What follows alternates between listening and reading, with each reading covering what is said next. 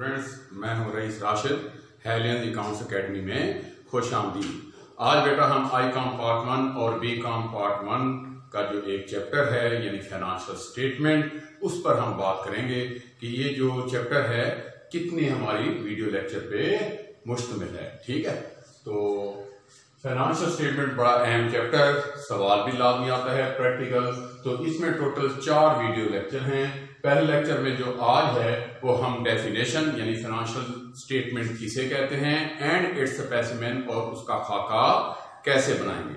फिर दूसरी वीडियो में इंशाल्लाह हम इससे मुतल्लिका प्रैक्टिकल सवाल करेंगे। फिर तीसरी वीडियो में हम देखेंगे कि एडजस्टिंग एंट्रीज वो क्या होती है यानी एडजस्टमेंट्स, उसे हम देखेंगे। और चौथे यानी लेक्चर में हम फिर दोबारा प्रैक्टिकल सवाल करेंगे। पहले हम देखते हैं फाइनेंशियल स्टेटमेंटें क्या होती हैं यानी फाइनेंशियल स्टेटमेंट्स किनको कहते हैं। फाइनेंशियल स्टेटमेंट से मुराद ऐसी स्टेटमेंटें जिससे हम किसी भी कारोबार की फाइनेंशियल पोजीशन शो करें, यानी financial statement means the statements which shows the financial position of any organisation. या ठीक है, तो ये जो है दो होती हैं, एक होती है बेटा इनकम स्टेटमेंट और एक होती है बैलेंस शीट। दरअसल फाइनेंशियल पोजीशनें हम दो चीजों की निकालते हैं, एक तो उस मालिक यानी इन्वेस्टर ने क्या खोया क्या पाया, आया उसे मुनाफा हुआ या नुकसान हुआ। ठीक है, दिन भर की एक्टिविटीज के बाद हम फाइनेंशियल पोजीशन ओनर की भी देखते हैं। ठीक है, कि ये देखते हैं कि उसने मुनाफा या नुकसान उसे कितना हुआ। इसके अलावा हम फाइनेंशियल पोजीशन बिजनेस की भी देखते हैं कि तमाम एक्टिविटीज करने के बाद आया बिजनेस अप हुआ या डाउन हुआ, यानी फाइनेंशियल पोजीशन जो बिजनेस की वो बढ़ी या कम हुई। तो जो हम स्टेटमेंट बनाते हैं मालिक के मुनाफे या नुकसान को देखने के लिए, उसे बेटा कहते हैं इनकम स्टेटमेंट। ठीक है, ये दो तरीकों से बनाई जाती है, स्टेटमेंट फॉर्म में भी बनाई जाती है और अकाउंट फॉर्म में भी बनाई जाती है। और जो हम स्टेटमेंट बनाते हैं बिजनेस की फाइनेंशियल पोजीशन शो करने के लिए, उसे कहते हैं बैलेंस शीट। ठीक है, ये भी दो तरीकों से बनाई जाती है, एक रिपोर्ट फॉर्म है यानी स्टेटमेंट फॉर्म और दूसरी अकाउंट फॉर्म।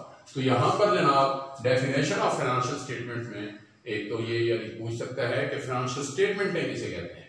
तो आप यूं लिखेंगे कि दीज आर दी स्टेटमेंट्स, ये ऐसी स्टेटमेंट्स हैं, ठीक, which show the financial position of business, जो ये शो करें कि बिजनेस की यानी कारोबार की माली हैसियत क्या है। ये दो तरह की होती हैं, एक इनकम स्टेटमेंट, ठीक है, इसे प्रॉफिट एंड लॉस अकाउंट भी कहते हैं, और दूसरी होती है बैलेंस शीट। अब इनकम स्टेटमेंट किसे कहते हैं या प्रॉफिट लॉस अकाउंट किसे कहते हैं, इसकी भी डेफिनेशन मैंने लिख दी है कि इट इज ए स्टेटमेंट, ये एक ऐसी स्टेटमेंट है which show, जो शो करती है प्रॉफिट या लॉस अर्न्ड बाय ए फर्म, कि उस इदारे ने, उस ऑर्गेनाइजेशन ने, उस कारोबार ने मुनाफा या नुकसान कितना कमाया।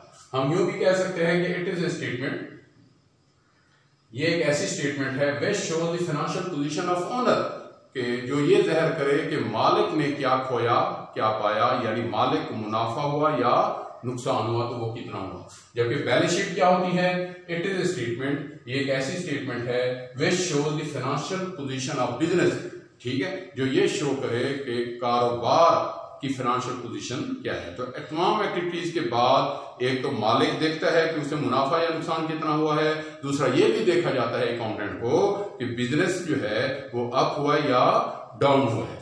तो ये जो दो बेटा स्टेटमेंटें हैं, इनकम स्टेटमेंट और बैलेंस शीट, ये किसको देखकर बनाते हैं, आया हमारा जो क्वेश्चन होगा वो किस चीज पर मुश्तमिल होगा।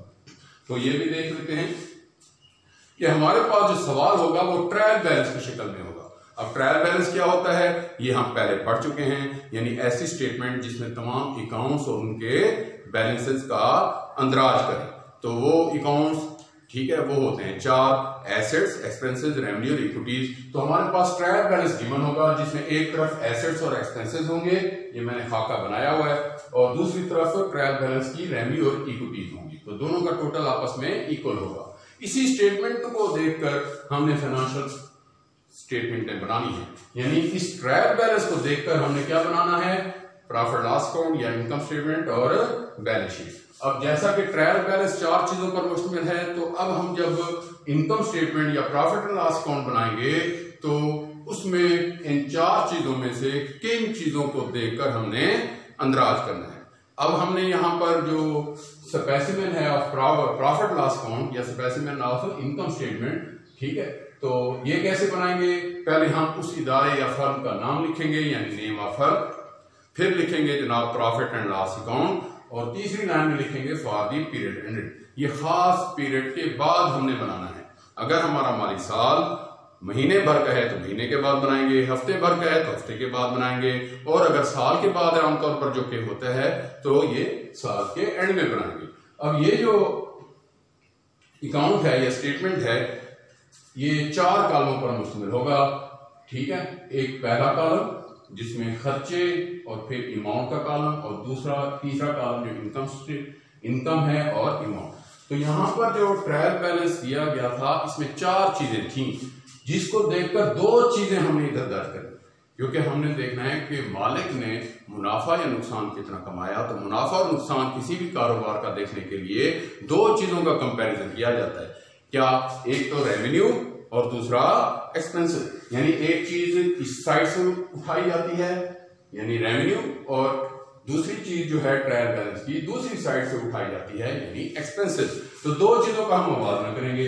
अब इनकम क्योंकि क्रेडिट हो रही होती है तो इसका अंदराज क्रेडिट साइड पे करना है, ये आमदनियां लिख लेंगे, ठीक है, यानी सर्विस फीस हमने वसूल की, ट्यूशन फीस वसूल की, एडमिशन फीस वसूल की, ठीक है, या कोई चीज सेल की, या कोई भी अगर आमदनी कमीशन वगैरह कमाया तो ये हम जो ट्रायल बैलेंस की आइटम होंगी वो हमने इस साइड पे इनकम साइड पे लिख लेनी है। और दूसरी साइड पे क्या होगा? अखराजात का हमने इंदराज करना है यानी एक्सपेंसेस, कि उस कारोबार को चलाने पर जो खर्चा हुआ वो हमारा ट्रायल बैलेंस की इस साइड पे होगा, ठीक है जी।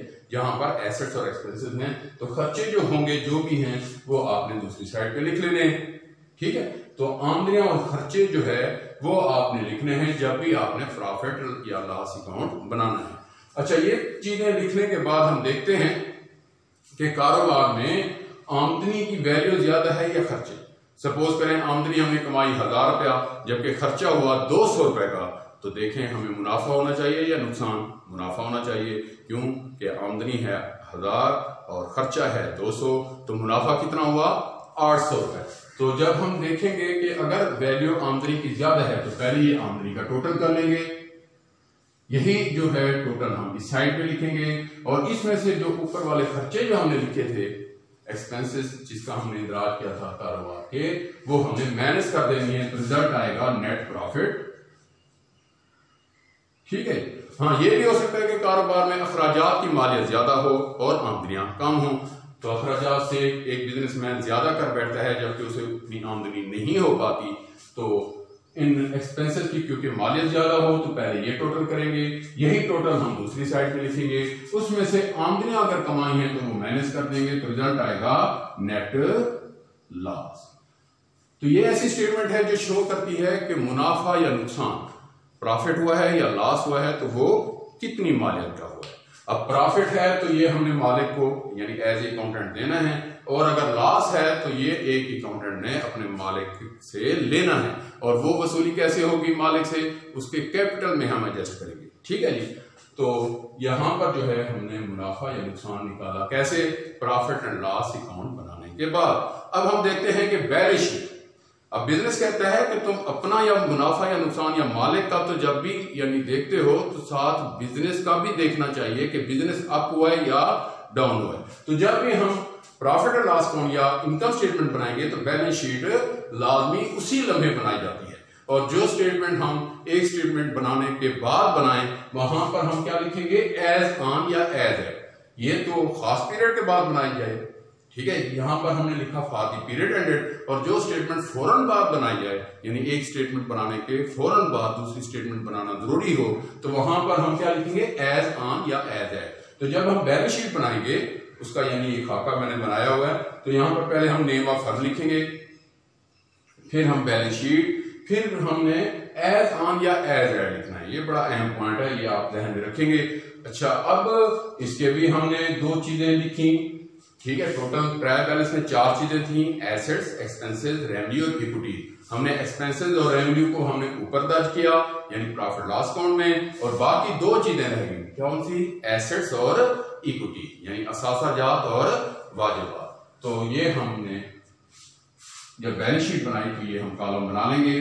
पहले कॉलम में एसेट्स और फिर अमाउंट, और तीसरा कॉलम इक्विटीज और चौथा कॉलम अमाउंट। तो एसेट्स अब आपको मैं पहले भी बता चुका हूं कि 4 तरह के होते हैं, current assets, non current assets, fixed assets और इंटेंजिबल एसेट्स। तो इनको जो है ना हमने तरतीब से लिखना है। पहले करंट एसेट्स यानी cash in hand, cash at bank, account receivable हैं, ठीक है। और फिर नॉन करंट एसेट्स यानी क्लोजिंग स्टॉक है, इन्वेस्टमेंट है, शेयर है। फिर फिक्स्ड एसेट्स यानी land, building, machinery, plant, furniture, और इंटेंजिबल एसेट्स यानी गुडविल, ट्रेडमार्क या कॉपीराइट। तो ये आपने एसेट्स को जब बैलेंस शीट में शो करना है तो इसी तरतीब से शो करना है। पहले आपने करंट एसेट्स लिखने हैं, जितने भी हैं वो आप लिख लीजिएगा, अमाउंट के कॉलम में अमाउंट डाल दीजिएगा। इसके बाद नॉन करंट एसेट्स, ठीक है, वो भी लिखेगा और उसकी अमाउंट जो है अमाउंट के कॉलम में, फिर फिक्स्ड और फिर इंटेंजिबल। तो ये जो तरतीब हमने की, पहले करंट एसेट्स, फिर नॉन करंट, फिर फिक्स्ड और फिर इंटेंजिबल, इस अमल को क्या कहते हैं? मार्शलिंग कहते हैं। यानी ऐसी तरतीब जिसमें हम असासाजात या वाजिबात का अंदराज एक खास तरतीब के तहत करें, इस अमल को क्या कहते हैं? मार्शलिंग। तो जब भी आपने बैलेंस शीट बनानी है तो एसेट्स को फिर इस तरतीब से दर्ज करने हैं।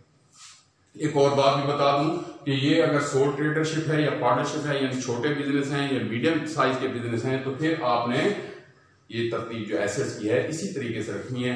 हाँ, अगर हमारी बिग ऑर्गेनाइजेशन है, ठीक है, किसी कंपनी की आप बैलेंस शीट बना रहे हैं, ठीक है, तो तब ये हम तरतीब उल्टा देते हैं। पहले हम इंटेंजिबल एसेट्स लिखते हैं, फिर फिक्स्ड, फिर इन्वेस्टमेंट, ठीक है, तो ये तरतीब हम उलट कर देते हैं, ठीक है। अच्छा, अब हम इक्विटी साइड पे देखेंगे। इक्विटी साइड यानी वाजिबात। अब इक्विटीज वो भी 2 तरह की होती हैं, एक लायबिलिटी और दूसरी ओनर इक्विटी। अब लायबिलिटीज फर्दर 2 तरह की होती हैं, कुछ करंट लायबिलिटीज और कुछ नॉन करंट लायबिलिटी। तो पहले हम करंट लायबिलिटीज लिखेंगे, यानी ऐसे वाजिबात जिसकी मुद्दत अदायगी 1 साल के अंदर हो। ये भी ट्रायल बैलेंस की क्रेडिट साइड पर वो बताया देगा, क्या रेवेन्यू और इक्विटीज जो बताएगा। तो इक्विटी साइड पे हम पहले करंट लायबिलिटीज लिखेंगे, यानी account payable, note payable, bills payable, जो भी यानी चीज दी गई हो वो हमने लिख लेनी है। इसके बाद नॉन करंट लायबिलिटी यानी ऐसी अदायगियां जिसकी मुद्दत अदायगी यानी 1 साल से ज्यादा पीरियड की हो, यानी डिबेंचर्स हैं, तमस्कात वगैरह हो गए। अच्छा, इसके बाद ओनर इक्विटीज लिखनी है, यानी ऐसी अदायगियां जो बिजनेस ने अपने ओनर को करनी हो, कारोबार ने अपने मालिक को करनी हो। क्या? एक तो सरमाया वापस लौटाना होता है, इसके अलावा जो हमने ऊपर मुनाफा या नुकसान है उसे भी एडजस्ट करना है। मुनाफा है तो हमने देना है, यानी बिजनेस ने अपने ओनर को देना है, यानी अकाउंटेंट ने जो है वो मालिक को देना होता है। तो नेट प्रॉफिट है, ये भी ओनर इक्विटी है, ये भी ओनर इक्विटी में दर्ज करेंगे। हाँ, अगर लॉस हुआ है तो ये हम रकम रिसीव करेंगे, और कैसे रिकवर करेंगे, ये हम अलग से पैसे नहीं लेंगे बल्कि उस मालिक के कैपिटल में एडजस्ट करेंगे। यानी प्रॉफिट है तो कैपिटल में मिलाकर मालिक को देना है, और अगर लॉस हुआ है तो कैपिटल से ये चीज मैनेज कर लेंगे। तो यहां पर हमें फिर टोटल करना पड़ेगा। तो टोटल जो है यहां पर लाजमी बराबर आना चाहिए, यानी तमाम एक्टिविटीज करने के बाद बिजनेस की एसेट्स की वैल्यू जो है वो इक्विटीज के बराबर होनी चाहिए। ये चीज हम स्टेटमेंट ऑफ अकाउंटिंग इक्वेशन यानी उस चैप्टर में भी पढ़ चुके हैं। तो यहां पर बेटा आप लोगों को पता चल जाएगा कि आया आपने जो भी कैलकुलेशन की, जो भी हिसाब किताब किया, जो भी अकाउंटिंग की, वो आया ठीक हुई या कोई गड़बड़ तो नहीं हुई। तो वो कैसे पता चलेगा? बैलेंस शीट बनाने के बाद वैल्यू ऑफ एसेट्स जो है वो इक्विटीज के इक्वल होने चाहिए। अगर हो जाते हैं तो वेल डन, अगर नहीं होते तो फिर लाजमी तौर पर कोई ना कोई मिस्टेक हो चुकी होगी। तो आज बेटा हमने क्या पढ़ा? फाइनेंशियल स्टेटमेंट एक चैप्टर है, बड़ा अहम चैप्टर, यानी ये होता क्या है, ठीक है, और उसका खाका। अब फाइनेंशियल स्टेटमेंट है, वैसे तो बहुत सारी होती हैं, ठीक है, इनकम स्टेटमेंट है, बैलेंस शीट है, स्टेटमेंट ऑफ कैश फ्लोज है, लेकिन आप लोगों का जो सिलेबस है आईकॉम पार्ट 1 और बीकॉम पार्ट 1 का, उसमें फाइनेंशियल स्टेटमेंट है बेटा सिर्फ 2 है। कौन कौन सी?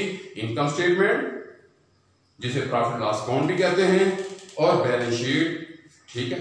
तो नेक्स्ट इंशाल्लाह हम बात करेंगे उसका प्रैक्टिकल सवाल कि ट्रायल बैलेंस में अमाउंट को देखकर हमने इनकम स्टेटमेंट बैलेंस शीट कैसे बनानी है।